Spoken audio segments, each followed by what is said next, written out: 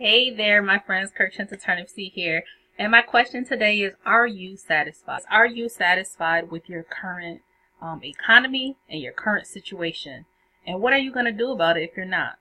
And I always tell this story about being in a place where I was in a work environment that was toxic and wanting to get away from that environment, but knowing that I had to position myself to have enough so that I could walk away from that job, and putting myself in a financial situation to be able to do that.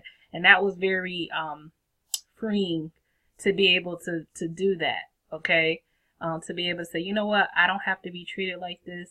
I don't have to deal with this work environment. I have the financial backup plan to be able to be like, you know what, screw you, deuces, right?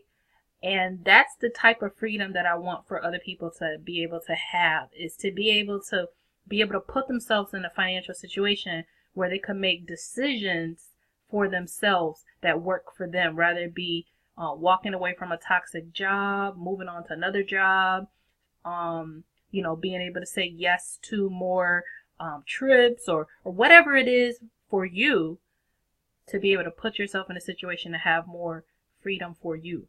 And that will look different for every person. So how do you do that? Well, the first thing is, first of all, just be aware of what is happening right now in the economy. The economy is just, wow. You're looking at all these Fortune 500 companies that are closing shops, across the country. Sears, was it BJ's Club, or I'm sorry, Sam's Club, just like abruptly announced that they're closing all these businesses. Well, what's your backup plan? What do you have? And a business positioned you to be able to still have income streams coming in, even if things like that happen, right?